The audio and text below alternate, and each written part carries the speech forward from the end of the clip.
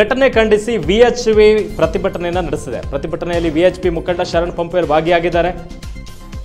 ನೀವು ಕೂಡ ಈದ್ ಮಿಲಾದ್ ಮೆರವಣಿಗೆ ನಡೆಸುತ್ತೀರಿ ಅನ್ನುವಂಥ ಎಚ್ಚರಿಕೆಯನ್ನ ಪಂಪೇಲ್ ನೀಡಿದ್ದಾರೆ. ಈದ್ ಮಿಲಾದ್ ಮೆರವಣಿಗೆಗೆ ಸರ್ಕಾರ ಅವಕಾಶ ಕೊಡಬಾರದು, ಕೊಟ್ರೆ ಮತ್ತೆ ಇವರು ಗಲಭೆಯನ್ನ ಮಾಡ್ತಾರೆ ಅನ್ನುವಂಥದ್ದನ್ನ ಶರಣ್ ಪಂಪೇಲ್ ನೇರವಾಗಿ ಸರ್ಕಾರಕ್ಕೆ ಎಚ್ಚರಿಕೆಯನ್ನು ನೀಡಿದ್ದಾರೆ. ಇದಕ್ಕೆ ನೇರವಾಗಿ ಸರ್ಕಾರವೇ ಹೊಣೆ ಆಗಿರುತ್ತೆ ಅನ್ನುವಂಥದ್ದನ್ನ ಮಂಗಳೂರಿನಲ್ಲಿ ಶರಣ್ ಪಂಪೇಲ್ ಹೇಳಿಕೆಯನ್ನು ನೀಡಿದ್ದಾರೆ. ನಾಗಮಂಗಲದಲ್ಲಿ ಇತ್ತೀಚೆಗೆ ಗಣೇಶನ ಶೋಭಾಯಾತ್ರೆ ನಡೀತಾ ಇತ್ತು. ಶೋಭಾಯಾತ್ರೆ ನಡೆದಂಥ ಸಂದರ್ಭದಲ್ಲಿ ದರ್ಗದ ಬಳಿ ಒಂದು ದುರ್ಘಟನೆ ನಡೀತು. ದರ್ಗದ ಒಳಗಿದ್ದಂತಹ ಕೆಲವೊಂದು ಯುವಕರು ಕಲ್ಲು ತೂರಾಟವನ್ನು ಈ ಶೋಭಾಯಾತ್ರೆ ಮೇಲೆ ನಡೆಸಿದಂಥ ಸಂದರ್ಭದಲ್ಲಿ ಎರಡೂ ತಂಡಗಳ ನಡುವೆ ಮಾರಾಮಾರಿ ನಡೆದಿದೆ, ಗಲಾಟೆಗಳು ನಡೆದಿದೆ.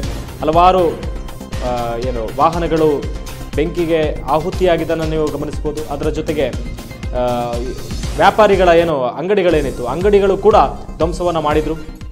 ಅದಾದ ನಂತರ ಹಲವರನ್ನ ಬಂಧನ ಕೂಡ ಮಾಡಲಾಗಿತ್ತು.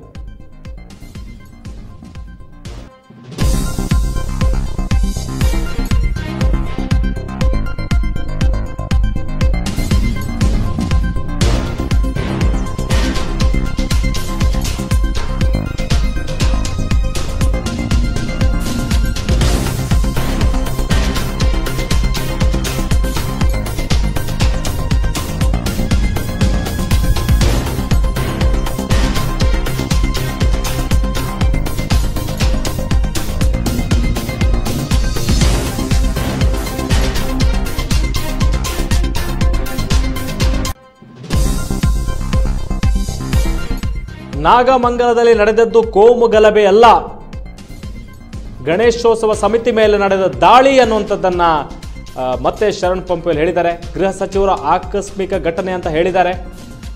ಪೊಲೀಸರ ಮೇಲೆ ಹಲ್ಲೆ ಆಗಿ ಗಾಯಗೊಂಡಿದ್ದಾರೆ. ಇದೆಲ್ಲ ನಿಮಗೆ ಸಣ್ಣ ಘಟನೆನಾ ಎನ್ನುವಂಥದ್ದನ್ನ ಶರಣ್ ಪಂಪೇಲ್ ಪ್ರಶ್ನಿಸಿದ್ದಾರೆ.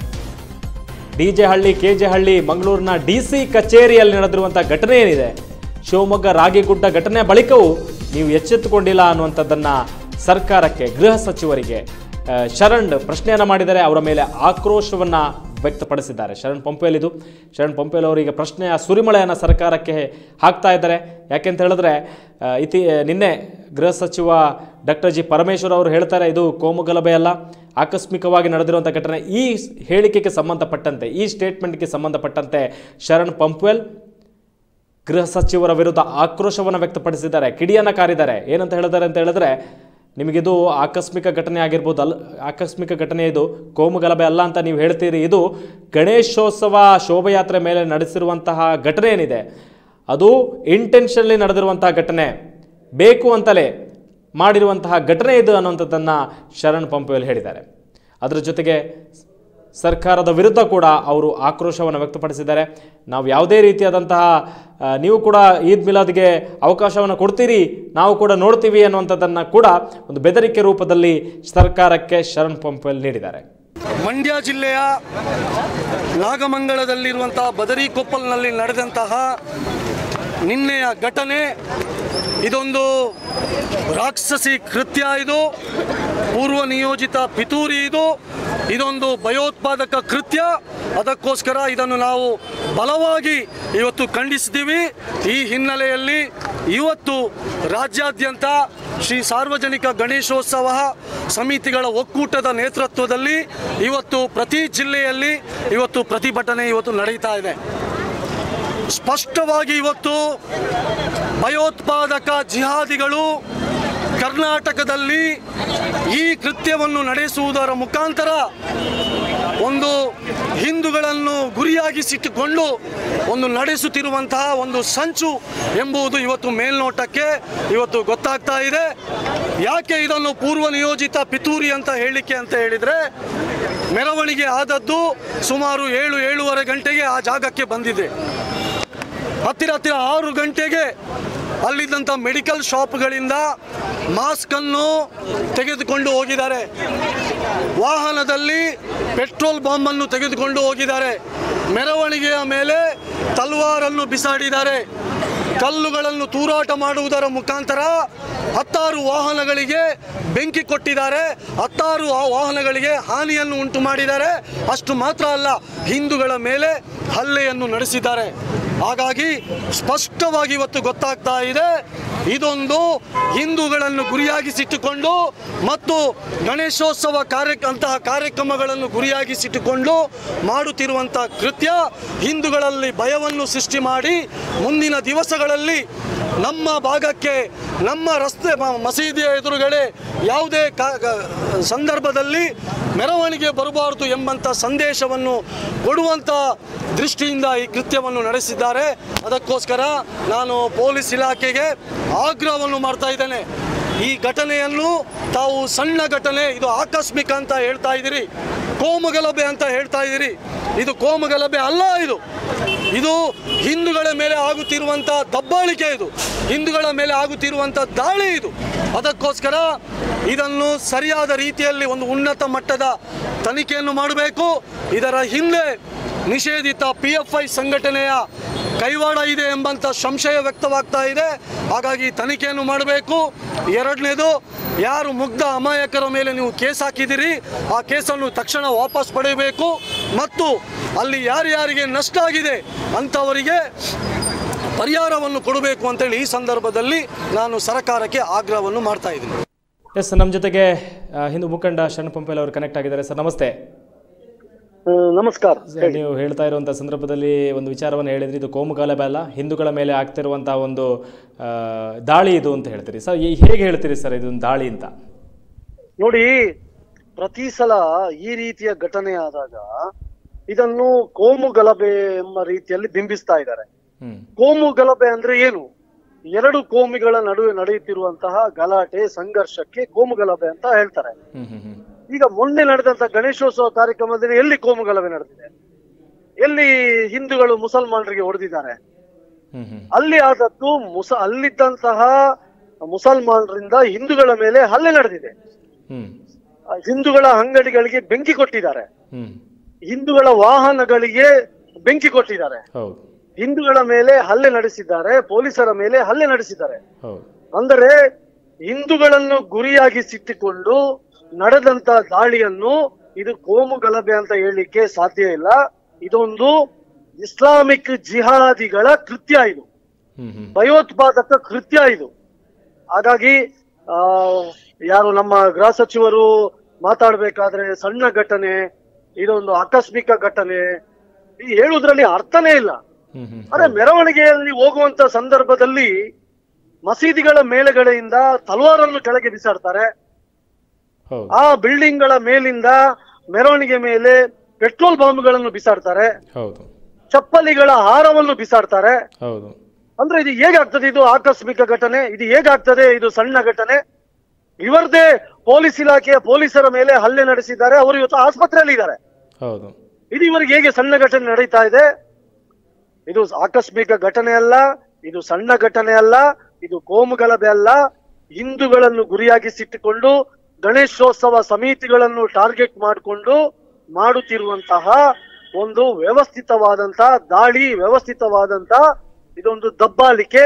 ಅಷ್ಟು ಮಾತ್ರ ಅಲ್ಲ, ಹಿಂದೂಗಳಲ್ಲಿ ಭಯವನ್ನು ಸೃಷ್ಟಿ ಮಾಡಿ ಮುಂದಿನ ದಿವಸಗಳಲ್ಲಿ ನಮ್ಮ ಏರಿಯಾದಲ್ಲಿ, ನಮ್ಮ ಮಸೀದಿಯ ಎದುರಿನ ರಸ್ತೆಯಲ್ಲಿ, ನಮ್ಮ ಬಾಹುಳ್ಯದಲ್ಲಿ ನಾವು ಹಿಂದೂಗಳ ಕಾರ್ಯಕ್ರಮಕ್ಕೆ ಅವಕಾಶವನ್ನು ಕೊಡುವುದಿಲ್ಲ, ಕೊಟ್ರೆ ನಾವು ಈ ರೀತಿಯನ್ನು ಪ್ರತಿಭಟಿಸ್ತೀವಿ ಎಂಬಂತ ಸಂದೇಶವನ್ನು ಕೊಡ್ಲಿಕ್ಕೋಸ್ಕರ ಇವತ್ತು ಈ ಘಟನೆ, ಈ ಕೃತ್ಯ ಆಗ್ತಾ ಇದೆ.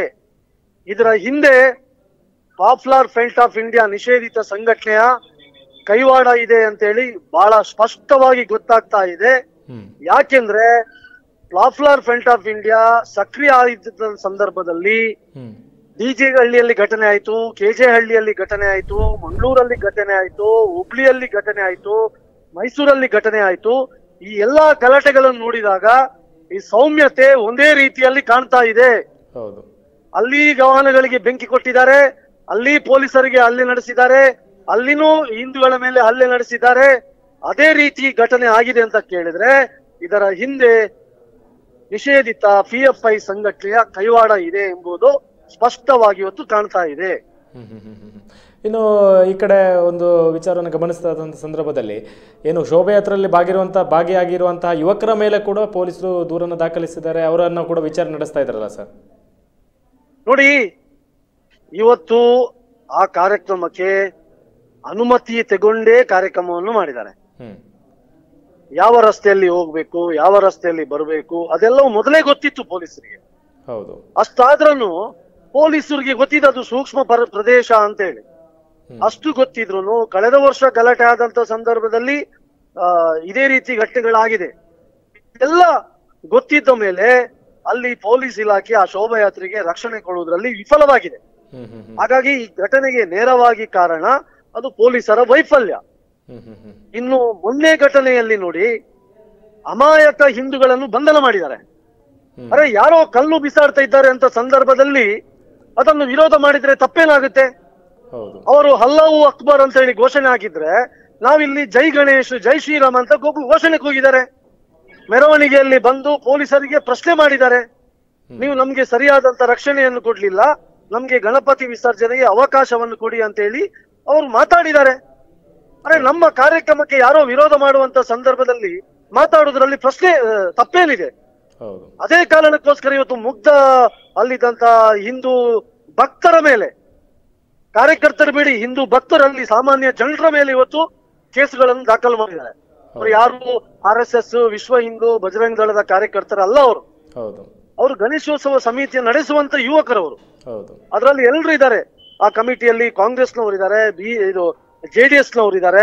ಅದರಲ್ಲೂ ವಿಶೇಷವಾಗಿ ಯಾವುದು ನಾವು ಉಪೇಕ್ಷಿತ ಬಂಧು ಅಂತ ಹೇಳ್ತೀವಲ್ಲ, ಅಂತ ಬಂಧುಗಳನ್ನು ಬಹಳ ಶ್ರದ್ಧೆ ಭಕ್ತಿಯಿಂದ ಮಾಡುತ್ತಿರುವಂತ ಗಣಪತಿ ಅಂತವರಿಂದ ಇಷ್ಟ ತನಕ ಯಾವುದೂ ತೊಂದರೆ ಆಗಿಲ್ಲ. ಆದ್ರೆ ಇವತ್ತು ಅವರೇ ಕಾರಣ ಅಂತ ಹೇಳಿ ಅವರನ್ನು ಬಂಧಿಸಿದ್ದು ಇದು ಪೊಲೀಸರು ಅವರು ಮಾಡಿದಂತ ತಪ್ಪನ್ನು ಮರೆಮಾಚಲಿಕ್ಕೋಸ್ಕರ ಇವತ್ತು ಹಿಂದೂಗಳ ಮೇಲೆ ಕೇಸನ್ನು ದಾಖಲಿಸಿದ್ದಾರೆ. ಈ ಕೇಸನ್ನು ಸರ್ಕಾರ ತಕ್ಷಣ ವಾಪಸ್ ತೆಗೆಯಬೇಕು. ಇಲ್ಲದಿದ್ರೆ ನಾಗಮಂಗಲದ ಜನ ಸರಿಯಾದಂತ ಪಾಠವನ್ನು ಮುಂದಿನ ದಿವಸಗಳಲ್ಲಿ ಅಲ್ಲಿ ಯಾರು ಇದನ್ನು ವಿರೋಧ ಮಾಡಿದ್ದಾರೆ ಮತ್ತು ಯಾರು ಸರ್ಕಾರ ಇದೆ ಅದಕ್ಕೆ ಉತ್ತರವನ್ನು ಕೊಡುವಂತ ಸ್ಥಿತಿ ಮುಂದಿನ ದಿವಸಗಳಲ್ಲಿ ಅಲ್ಲಿ ನಿರ್ಮಾಣ ಆಗ್ಲಿಕ್ಕಿದೆ. ಧನ್ಯವಾದಗಳು ಸರ್ ತಮ್ಮೆಲ್ಲ ಮಾತಿಗಾಗಿ. ಆಯ್ತು. ಬಹಳ ಜಾಗ್ರತೆಯನ್ನು ವಹಿಸುವಂಥ ಒಂದು ಪರಿಸ್ಥಿತಿ ನಿರ್ಮಾಣ ಆಗಿದೆ. ಗಣೇಶನ ಹಬ್ಬ ಸಮಾಜದಲ್ಲಿ ಶಾಂತಿ, ಸಮೃದ್ಧಿ, ನೆಮ್ಮದಿಯನ್ನು ಸಾರುವಂತಹ ಒಂದು ಉತ್ಸವ. ಉದ್ದೇಶಪೂರ್ವಕವಾಗಿ ಈ ಸಾರ್ವಜನಿಕ ಉತ್ಸವವನ್ನು ಹಾಳು ಮಾಡುವಂತಹ ಒಂದು ವ್ಯವಸ್ಥಿತ ಪಿತೂರಿ ಇವತ್ತು ನಡೆದಿದೆ. ಇವತ್ತು ಈ ಸೂಚ್ಯ ಏನು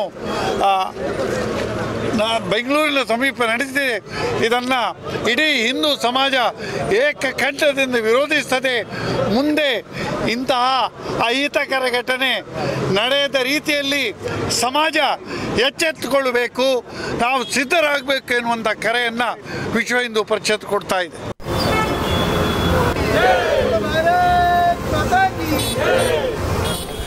ಮಂಡ್ಯದ ಬಳಿ ಇರುವಂಥ ನಾಗಮಂಗಲದಲ್ಲಿ ಇತ್ತೀಚೆಗೆ ಗಣೇಶೋತ್ಸವದ ಶೋಭಾಯಾತ್ರೆ ನಡೀತಾ ಇತ್ತು. ಶೋಭಾಯಾತ್ರೆ ನಡೀತಾ ಇದ್ದಂತಹ ಸಂದರ್ಭದಲ್ಲಿ ದರ್ಗಾದ ಬಳಿ ಹೋಗುವಂಥ ಸಂದರ್ಭದಲ್ಲಿ ಕಲ್ಲು ತೂರಾಟ ನಡೆದಿದೆ ಶೋಭಾಯಾತ್ರೆ ಮೇಲೆ. ಆ ಸಂದರ್ಭದಲ್ಲಿ ದರ್ಗಾದ ಒಳಗಿದ್ದ ಯುವಕರೇ ಕಲ್ಲು ತೂರಾಟವನ್ನು ನಡೆಸಿದ್ದಾರೆ ಅನ್ನುವಂಥದ್ದು ಶೋಭಾಯಾತ್ರೆಯ ಮುಖ್ಯಸ್ಥರು, ಅದರ ಜೊತೆಗೆ ಅದರಲ್ಲಿ ಏನೇ ಪಾಲ್ಗೊಂಡಿದ್ದವರ ಆರೋಪ ಆಗಿದೆ. ಆ ಸಂದರ್ಭದಲ್ಲಿ ಏನಾಗಿದೆ ಅಂತ ಹೇಳಿದ್ರೆ, ಈ ಕಡೆಯಿಂದ ಕಲ್ಲು ತೂರಾಟ ನಡೆದಂಥ ಸಂದರ್ಭದಲ್ಲಿ ಅದಕ್ಕೆ ವಿರೋಧವಾಗಿ ಇವರು ಕೂಡ ವ್ಯಕ್ತಪಡಿಸಿದರು. ವಿರೋಧವನ್ನು ವ್ಯಕ್ತಪಡಿಸಿದಂಥ ಸಂದರ್ಭದಲ್ಲಿ ಎರಡು ಗುಂಪುಗಳ ನಡುವೆ ಮಾರಾಮಾರಿ ನಡೆದಿದೆ. ಅಲ್ಲದೆ ಹಲವಾರು ಅಂಗಡಿ ಮುಂಗಟ್ಟುಗಳನ್ನು ಬೆಂಕಿಗೆ ಆಹುತಿಯಾಗಿದೆ. ಅದರ ಜೊತೆಗೆ ಹಲವಾರು ಅಂಗಡಿಗಳ ವಸ್ತುಗಳನ್ನು ರಸ್ತೆಗೆ ಎಸೆದಿರುವಂಥ ಘಟನೆ ಕೂಡ ನಡೆದಿದೆ. ನಿಜಕ್ಕೂ ಇದೊಂದು ಒಂದು ದೊಡ್ಡ ಘಟನೆ. ಆದರೆ ನಿನ್ನೆ ಮಾತಾಡ್ತಾ ಸಂದರ್ಭದಲ್ಲಿ ಗೃಹ ಸಚಿವರಾಗಿರುವಂಥ ಡಾಕ್ಟರ್ ಜಿ ಪರಮೇಶ್ವರ್ ಅವರು ಹೇಳ್ತಾರೆ ಇದೊಂದು ಕೋಮುಗಲಭೆ ಅಲ್ಲ, ಅದರ ಜೊತೆಗೆ ಇದೊಂದು ಆಕಸ್ಮಿಕವಾಗಿ ನಡೆದಿರುವಂಥ ಘಟನೆ ಅಂತ. ಯಾಕೆ ಅಂತ ಹೇಳಿದ್ರೆ ಇದು ಆಕಸ್ಮಿಕವಾಗಿ ನಡೀಲಿಕ್ಕೆ ಖಂಡಿತವಾಗ್ಲೂ ಸಾಧ್ಯ ಇಲ್ಲ. ಕಳೆದ ವರ್ಷ ಕೂಡ ಈ ದರ್ಗಾದ ಬಳಿ ನಡೆದಿದೆ, ಇದೇ ರೀತಿಯಾದ ಒಂದು ಘಟನೆ ನಡೆದಿತ್ತು. ಆಗಲೂ ಕೂಡ ಸರ್ಕಾರ ಎಚ್ಚೆತ್ತುಕೊಂಡಿರಲಿಲ್ಲ.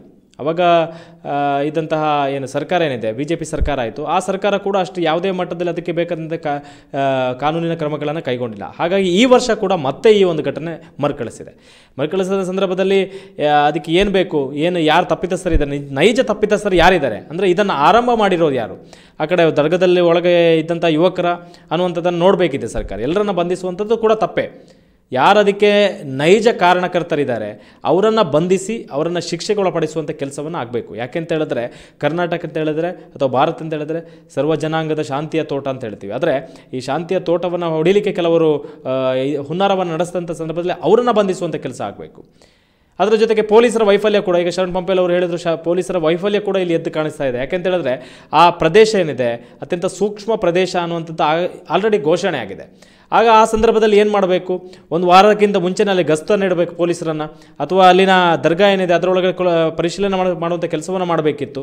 ಅದರ ಜೊತೆಗೆ ಇಂತಹ ಒಂದು ಘಟನೆಗಳು ನಡೆಯುತ್ತಾ ಅನ್ನುವಂಥದ್ದು ಇಂಟೆಲಿಜೆನ್ಸಿಗೆ ಗೊತ್ತಾಗಬೇಕಿತ್ತು. ಆದರೆ ಯಾವುದೂ ಇಲ್ಲಿ ಸರಿಯಾಗಿ ನಡೆದಿಲ್ಲ. ಇಲ್ಲಿ ಪೊಲೀಸರ ಅದರ ಜೊತೆಗೆ ಸರ್ಕಾರದ ನಿರ್ಲಕ್ಷ್ಯ ಇಲ್ಲಿ ಎದ್ದು ಕಾಣಿಸ್ತಾ ಇದೆ. ಈ ಘಟನೆ ನಡಿಬಾರ್ದಿತ್ತು. ಸೂಕ್ಷ್ಮ ವಲಯ ಏನು ಹೇಳ್ತೀವಿ, ಕೋಮು ಸೂಕ್ಷ್ಮ ವಲಯ ಅಂತ ಕರಿತೀವಿ, ಅಂತಹ ಪ್ರದೇಶ ಆಗಿರೋದ್ರಿಂದ ಪೊಲೀಸರು ಹೆಚ್ಚಿನ ಸಂಖ್ಯೆಯಲ್ಲಿ ಜಮಾವಣೆ ಆಗಬೇಕಿತ್ತು. ಅಂತಹ ಘಟನೆ ನಡೆಯದೆ ಪೊಲೀಸರು ಇದ್ದಂಥ ಸಂದರ್ಭದಲ್ಲಿ ಯಾವುದೇ ಕಲ್ಲು ತೂರಾಟಗಳು ನಡೀತಾ ಇರಲಿಲ್ಲ, ಯಾವುದೇ ಕತ್ತಿ ತೋರಿಸುವಂಥ ಕೆಲಸಗಳು ಖಂಡಿತವಾಗ್ಲೂ ಆಗ್ತಾ ಇರಲಿಲ್ಲ. ಆದರೆ ಅಲ್ಲಿ ಪೊಲೀಸರ ವೈಫಲ್ಯ ಇಲ್ಲಿ ಎದ್ದು ಕಾಣಿಸ್ತಾ ಇದೆ. ನಾಗಮಂಗಲದ ಪೊಲೀಸರು ಇದಕ್ಕೆ ಜವಾಬ್ದಾರರಾಗಿರ್ತಾರೆ. ಈಗ ಎಲ್ಲರನ್ನ ಬಂಧಿಸಿದ್ರೆ ಎಲ್ಲ ಸರಿಯಾಗುತ್ತೆ ಅಂತ ಅಂದ್ಕೊಂಡ್ರೆ ತಪ್ಪದು. ಯಾಕೆಂತ ಹೇಳಿದ್ರೆ ಎಲ್ಲರನ್ನ ಬಂಧಿಸುವಂಥದ್ದಲ್ಲ, ಯಾರು ತಪ್ಪು ಮಾಡಿರ್ತಾರೆ ಅವರನ್ನು ಬಂಧಿಸಬೇಕು, ಅವರನ್ನು ಶಿಕ್ಷೆಗೊಳಪಡಿಸಬೇಕು. ಸತ್ಯ, ಸ್ಪಷ್ಟ, ನೇರ ಸುದ್ದಿಯೊಂದಿಗೆ U+ TV. ಇದು ಹೊಸತನದ ಸಂಕಲನ. ಬೆನಕ ಹಾಸ್ಪಿಟಲ್ ಕಳೆದ 18 ವರ್ಷಗಳಿಂದ ಬೆಳ್ತಂಗಡಿ ತಾಲೂಕಿನಲ್ಲಿ ಉತ್ಕೃಷ್ಟ ಸೇವೆ ಸಲ್ಲಿಸುತ್ತಿರುವ ಉಜಿರೆಯ ಬೆನಕ ಹೆಲ್ತ್ ಸೆಂಟರ್ ನುರಿತ ತಜ್ಞರು ಹಾಗೂ ಅತ್ಯಾಧುನಿಕ ಸವಲತ್ತುಗಳೊಂದಿಗೆ multi speciality hospital. Benaka health centre, main road, Ujire. ಸಂಪರ್ಕಿಸಿ 08256236742.